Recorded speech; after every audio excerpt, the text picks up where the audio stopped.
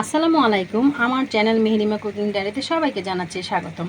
আবার একটি রেসিপি নিয়ে আপনাদের সামনে চলে এসেছি। রেসিপিটি হচ্ছে চিংড়ি মাছ ভুনা। এই চিংড়ি মাছ ভুনা করার জন্য আমি প্রথমে এই যে চিংড়ি মাছগুলোকে 5টা চিংড়ি মাছ নিয়েছি বড় সাইজের। এগুলোকে আমি ভালো করে কেটে ধুয়ে নিয়েছি।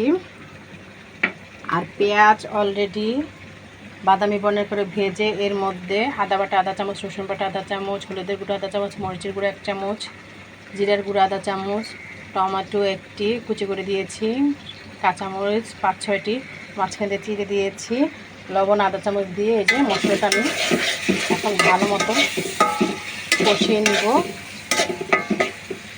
2-3 বার পানি দিয়ে।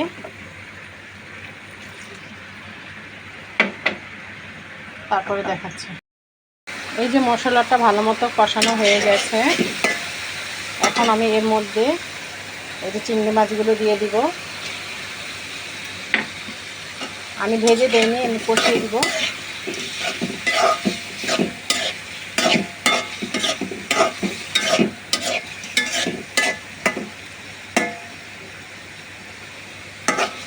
আমি কিছুক্ষণ কষিয়ে নিয়েছি চিংড়ি মাছটাকে।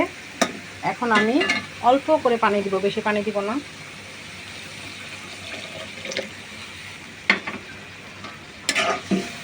পানি দিয়ে নেড়ে আমি কিছুক্ষণ চুলায় রেখে তারপর দেখাচ্ছি।